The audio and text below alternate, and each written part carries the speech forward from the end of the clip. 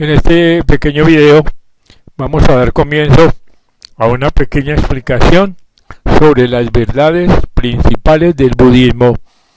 Para el efecto nos vamos a regir por un libro de la filósofa inglesa Anna Besant llamada Las 7 grandes religiones.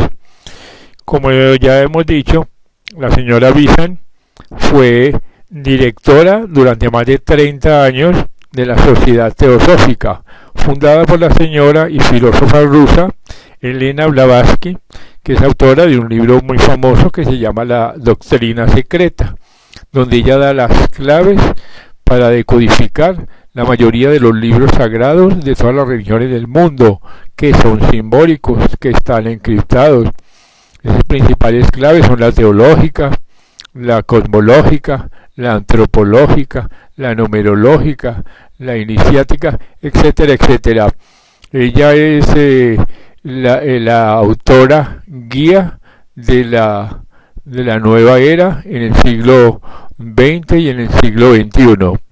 Pero volviendo a nuestro objeto, veamos lo que le dice la señora Anna Besant sobre el budismo.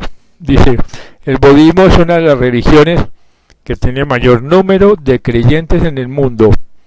A pesar de todas las dificultades de una estadística exacta, podemos decir que casi la tercera parte de la humanidad sigue las enseñanzas de Buda. En Europa se le presta hoy mucha atención gracias al desinteresado trabajo de muchos orientalistas fascinados por el encanto de Buda y por la pureza y elevación de sus enseñanzas. Por muchas razones que ahora no pueden enumerarse, el budismo, y especialmente el de la Asia del Sur, atrae mayormente a los europeos que el hinduismo o el mazdeísmo. El budismo del norte, tal como se presenta en el Tíbet y la China, no llama tanto la atención del europeo, porque es muy parecido al hinduismo en sus enseñanzas acerca de los dioses, del ego, de la vida después de la muerte, y en sus ritos, ceremonias y mantras e himnos. Así que conviene advertir que el europeo es más bien práctico que metafísico y se inclina contra cuanto le habla del mundo invisible y contra el aspecto místico de la religión. Así pues, en la Iglesia del Sur, este aspecto místico ha desaparecido en gran parte con el transcurso del tiempo, por lo menos en las traducciones que poseen los europeos. Así que los libros más místicos no se han traducido aún y por lo tanto no los conoce el público europeo. Los que conocen del budismo dicen que es un elevado sistema de ética expuesto en hermoso y poético lenguaje, unido a una rara libertad de pensamiento que recurre constantemente a la razón e intenta siempre justificar los fundamentos de la moral. Esto avasalla a la gente de muchos europeos que se han apartado de las manifestaciones vulgares de la religión de su país y se refugian en el budismo al huir del escepticismo en que de otro modo caerían. Ahora bien, respecto de las enseñanzas de Buda, me fundaré en las mismas escrituras budistas como manera más equitativa de estudiar una creencia religiosa y luego, considerándolas a la luz del conocimiento oculto, procuraré demostrar cuán conformes se hallan con las más nobles doctrinas de otras creencias, con las verdades esenciales de toda religión, y cómo hemos de atribuir en gran parte a falsos conceptos, erróneas interpretaciones y a la reserva en que sus discípulos mantuvieron sus doctrinas, en que actualmente se tengan por sospechosas las enseñanzas de Buda en el país donde nació, entre las gentes a cuya raza pertenecía, hasta el punto de que apenas se encuentra quien acepte sus enseñanzas o quiera llevar su nombre. El budismo es, pues, sin duda alguna, hijo del hinduismo y de él nacido en tiempos relativamente modernos.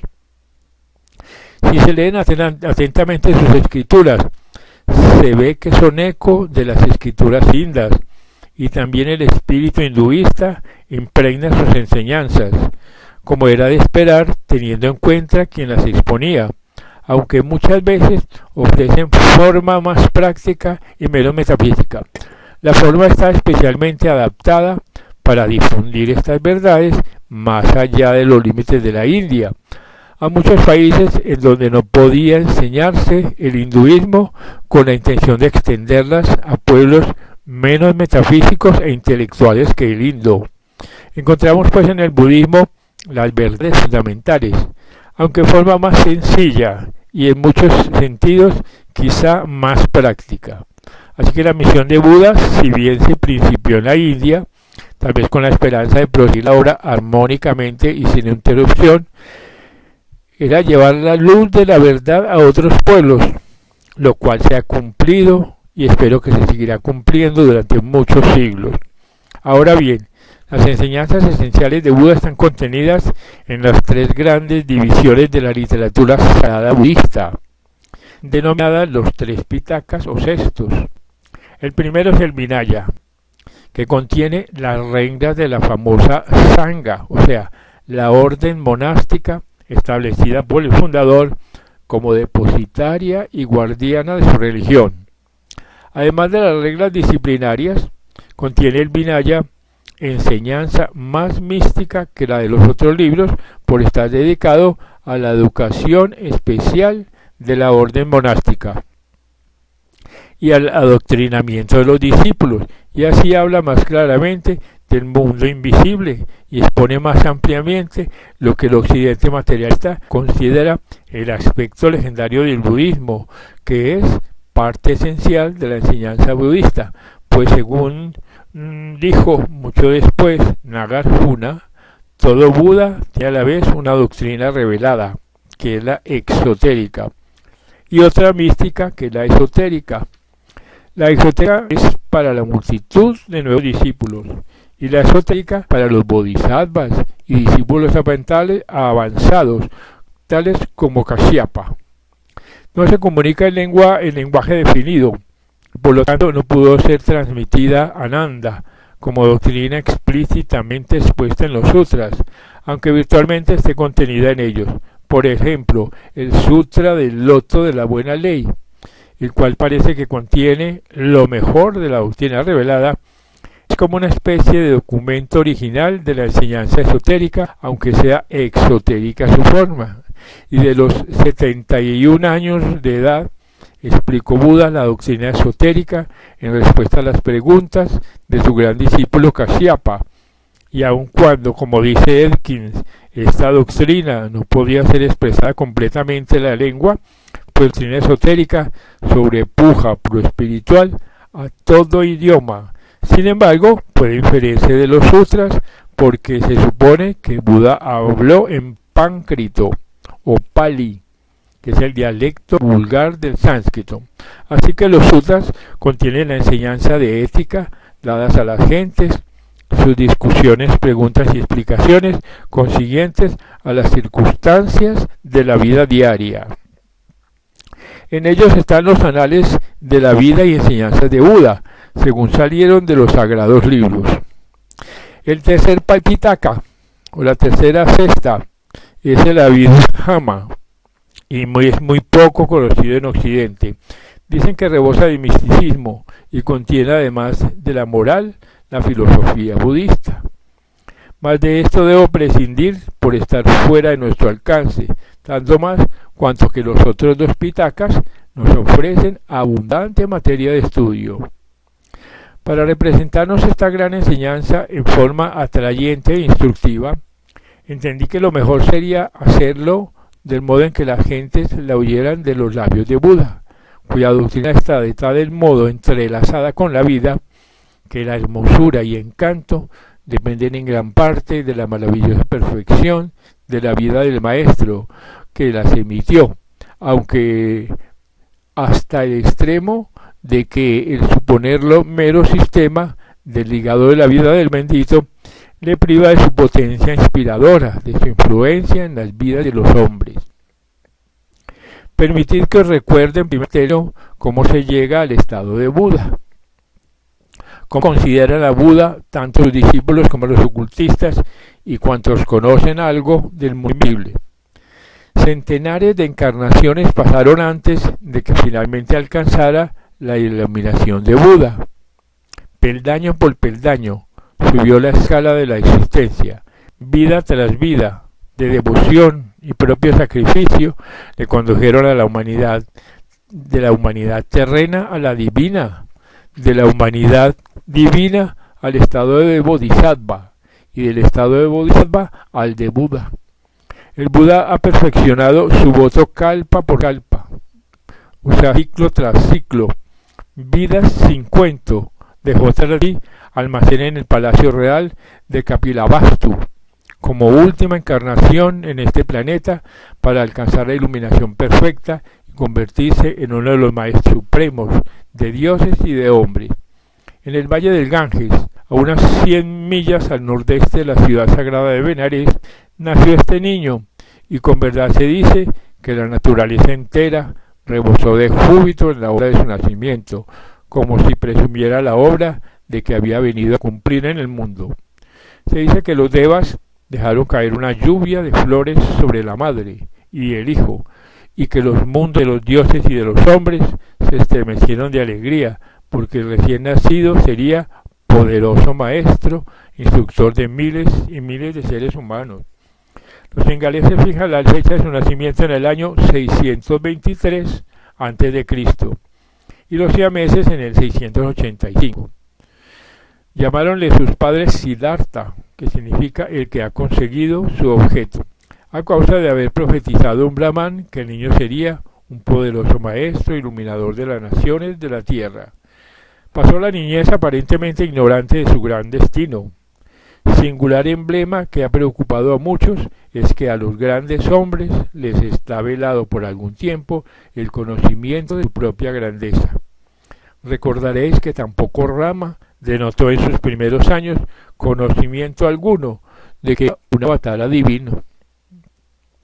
Adoctrinóle Vasista, de quien recibió en su cuerpo de entonces el conocimiento del verdadero yoga.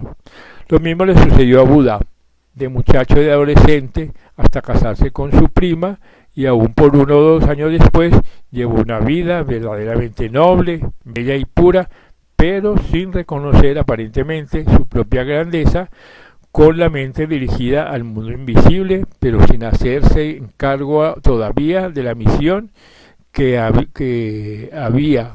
Vemos como su padre, con el intento de que fuese rey de la tierra en lugar de monarca y millones de mentes de hombres en el mundo espiritual, quiso ocultarle los sufrimientos de las gentes, y al efecto le rodeó de bellezas y delicias, de manera que no conociese la tristeza del mundo. Vemos cómo, guiado por un deva, salió del jardín de delicias que le rodeaba en el palacio de su padre, y en su camino encontró a 4 hombres que le dieron el primer impulso de su despertar. Primero encontró a un anciano, y como hasta entonces solo había visto jóvenes, preguntó quién era aquel hombre medio ciego, vacilante y paralítico, de faz arrugada y débil de miembros. El conductor de su carroza le contestó que era un viejo, que todo nacido tenía que llegar a la vejez.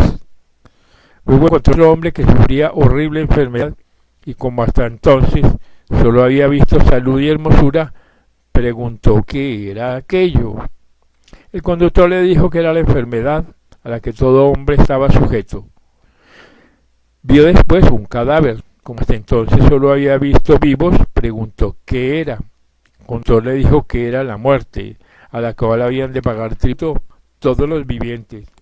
Y por último encontró a una asceta, tranquilo, sereno, lleno de paz y dicha, y preguntó cómo aquel hombre podía estar sereno en un mundo dominado por la enfermedad y por la muerte. Se le contestó que aquel hombre vivía apartado de los demás, con la vista fija en lo eterno, y de aquí su paz, serenidad y calma en medio de las tristezas.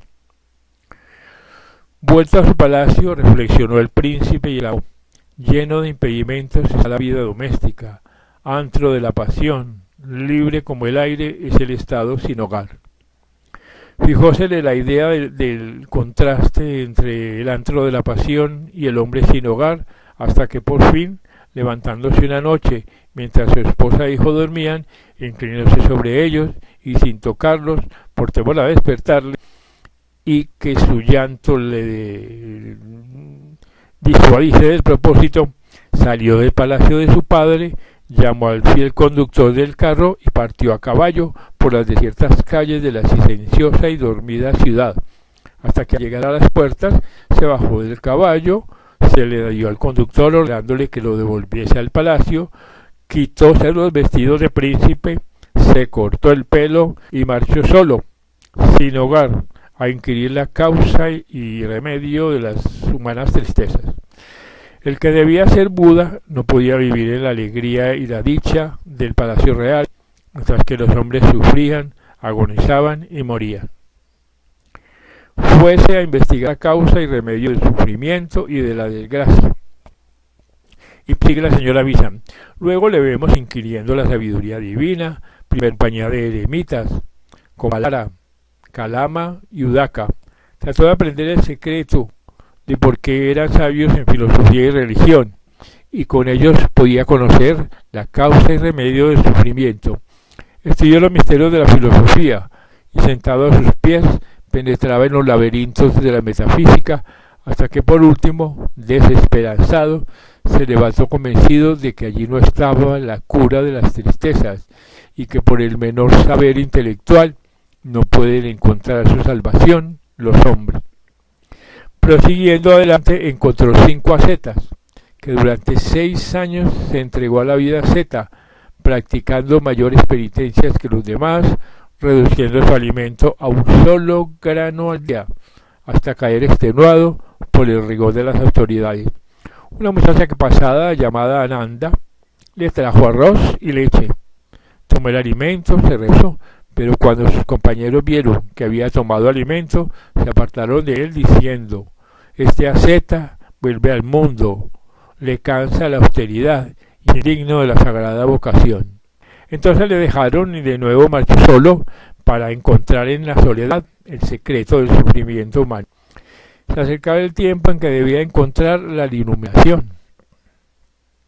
Llegado a Gaya, sentóse a la sombra del sagrado árbol Asbasta, prometiendo que no se levantaría de su asiento hasta que la luz hubiese penetrado en su espíritu, revelándole el secreto del sufrimiento. Permaneció allí pacientemente sentado. Las huestes de Mara, de los diablos, le atacaban con incitaciones al placer, con amenazas de dolor. Los asuras se reunieron a su alrededor para debilitar su constancia y disuadirle de su determinación, pero resuelto, inmóvil, impasible estaba cuando se le apareció la desolada imagen de su esposa, con los brazos extendidos, rogándole que volviese otra vez al mundo. Por fin, en hora silenciosa, sintió la iluminación. Sentado a la sombra del sagrado árbol, vio la luz a cuyo hallazgo había venido al mundo. Despertó iluminado, Buda, y supo la causa y remedio del sufrimiento, el sendero que conduce al más allá. Había alcanzado el estado de Buda. Allí estaba el Salvador del mundo, y entonces salió de sus labios el canto triunfal que muchos de nosotros debéis conocer, y dice así: en busca del hacedor de este tabernáculo, he de pasar por muchos nacimientos hasta que lo encuentre. Doloroso es nacer una y otra vez, pero ahora te he visto, oh hacedor del tabernáculo. No volverás a construirlo, tus vigas están rotas y quebrados tus caballetes. La mente, acercándose a lo eterno, ha alcanzado la extinción del deseo.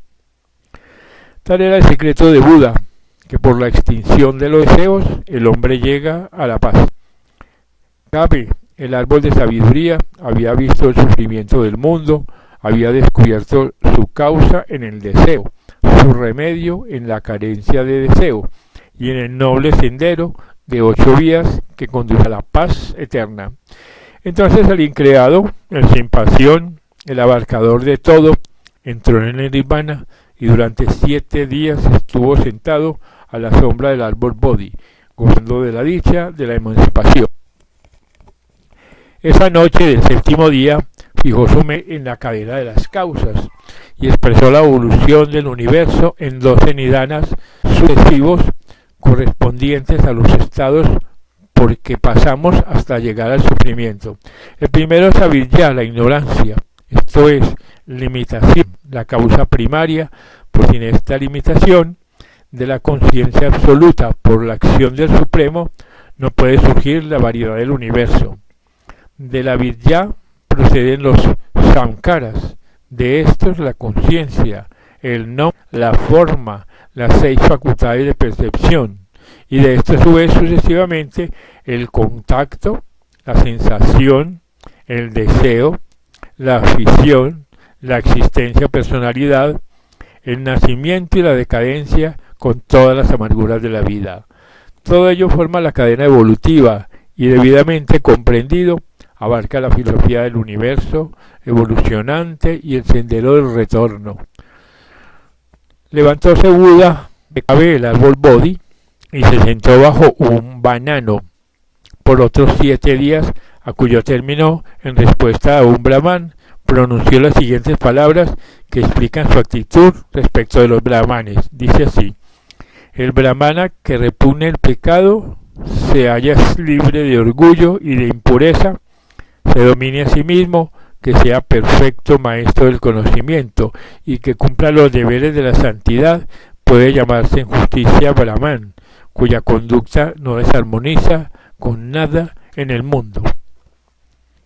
Otros 2 periodos de 7 días estuvo sentado Buda bajo otros 2 árboles, y entonces recibió alimento de manos de 2 comerciantes, que fueron sus primeros discípulos. Así que volvió a sentarse bajo el banano y sucedió algo extraño.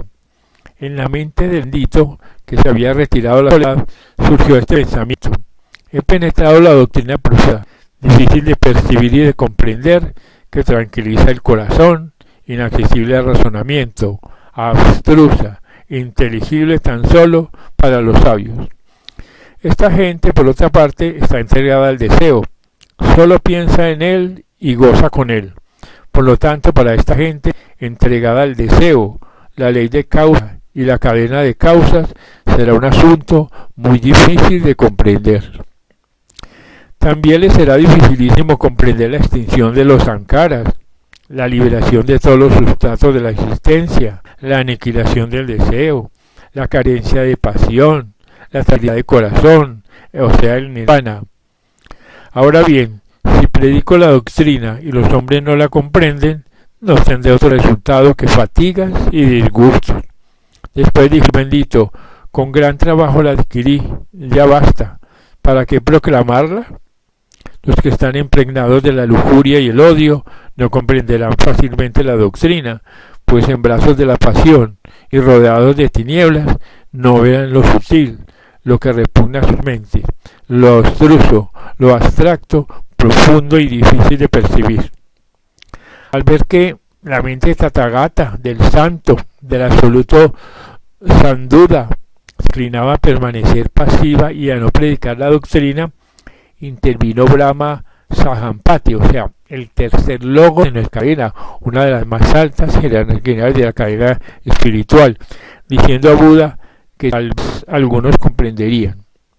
Al efecto, le recuerda las desgracias de la tierra, y dijo: mira allá abajo, vidente, que te has libertado del sufrimiento. La multitud gimiente, dominada por el nacimiento y la muerte. Levántate, oh Hera, oh vencedor, marcha por el mundo, oh jefe del tropel de peregrinos, te hallas libre de deuda. Ojalá que tu bendito predique la doctrina. Habrá quien la comprenda. Y entonces miró al mundo con ojos de Buda, lleno de compasión, y dijo: abierta de par en par está la puerta de la inmortalidad para cuantos tengan oídos y vayan con fe a su encuentro. No hablaré a los hombres del dulce y buen Dharma, oh Brahma, porque desespero de tan penosa tarea. Entonces se levantó para dar principio a su benéfica misión en Kashi, la ciudad sagrada de donde siempre partieron las misiones espirituales de la India, el lugar santo en donde siempre tuvo su foco la vida espiritual. En Ipatana, el parque de siervos de la ciudad de Benares, puso en movimiento la rueda de la ley.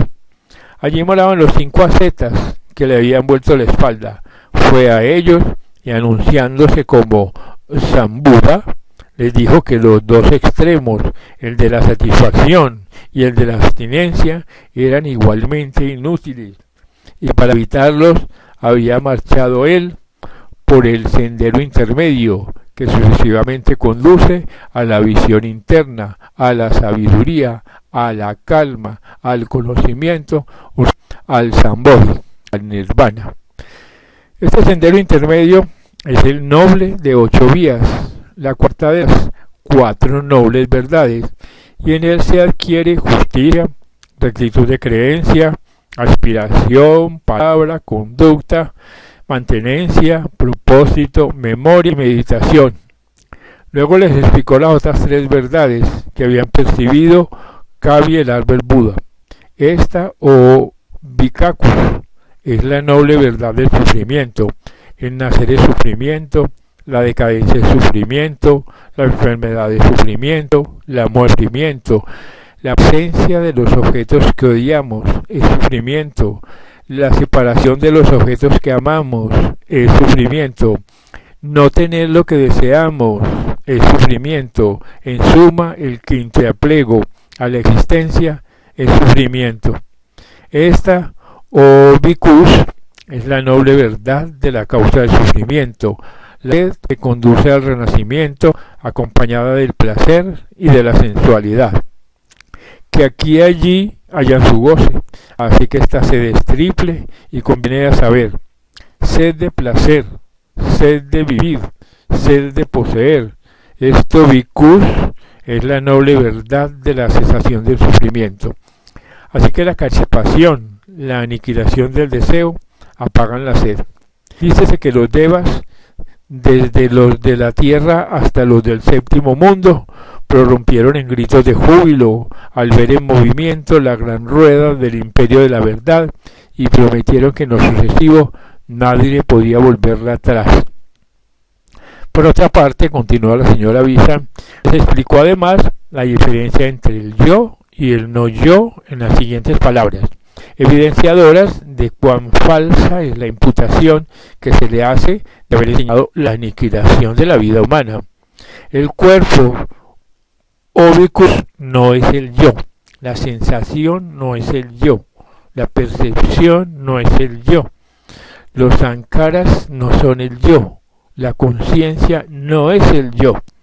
Más definitivamente declara que todo ello no es lo mío, no es yo, y así debe tenerse presente para el conocimiento con arreglo a la verdad. Y termina: considerando esto, o bhikkhus o alumnos, el sabio y noble que oye la palabra se cansa del cuerpo, se cansa de la sensación, se cansa de la percepción, se cansa de los sankaras, se cansa de la conciencia, y al cansarse de todo esto, se despoja de la pasión. Por la carencia de pasión obtiene la libertad, y una vez libre, conoce que lo es, y comprende que ya no está sujeto al renacimiento, que la santidad es completa, que ha comprendido el deber y no tiene que volver al mundo. Desde este momento el señor Buda predicó su doctrina y hombres fieles recibieron la luz, obteniendo, según él enseñaba, la visión pura y sin mancha de la verdad, el conocimiento de que todo cuanto principia acaba. Entonces desecharon las cosas mundanas, se convirtieron en mendicantes de hábito amarillo con el cuenco limosnero y se acogieron al Buda, a su doctrina y a su orden. Y la orden creció, se multiplicó y al cabo de tiempo Buda envió a sus discípulos a enseñar y les autorizó para recibir en el Sangha a cuantos quisieran entrar, con tal de que declararan 3 veces: yo me acojo a Buda, yo me acojo a Dharma, yo me acojo a Sangha. El Dr. Rhys Davis, que es un gran estudiador, que tan fascinado se siente por la moral del budismo, aunque extrañamente supone que su filósofo no enseña la persistencia del ego, ni la evolución de la naturaleza eterna y espiritual del hombre, extracta hermosamente del comentario de Buda Gosa sobre el primer diálogo el relato de la vida cotidiana del gran maestro. Y dice así: el bendito acostumbraba a levantarse temprano, a las 5 de la mañana, y por no molestar a su asistente se lavaba y vestía solo sin ayuda alguna. Después, hasta la hora de pedir limosna, se retiraba a meditar. Llegada la hora, se ponía el hábito, tomaba el cuenco, y unas veces solo y otras acompañado de algún discípulo, estaba en la aldea o ciudad vecina a pedir limosna, y en ocasiones obraba milagros. Acudían las gentes, le rogaran que tomara alimento, y él se sentaba y comía. Terminada la comida, les hablaba según su capacidad, para entender las cosas espirituales, y unos tomaban el rito de los vicios, y otros entraban en los senderos, llegando a cosechar óptimos frutos. Y luego de dispensar así su piedad en la multitud, se levantaba de su asiento y volvía a su morada.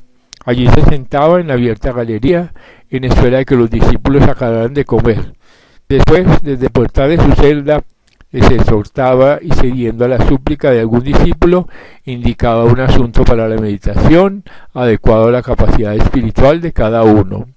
Al marchar los discípulos a la habitación, Buda reposaba un rato, y cuando el cuerpo había descansado, se levantaba del lecho y durante algún tiempo meditaba sobre las circunstancias de las gentes que le rodeaban, para hacerles así el bien. Y por la tarde, los habitantes de las aldeas y ciudades circunvecinas se reunían en el lugar donde él moraba y le traían ofrendas y flores.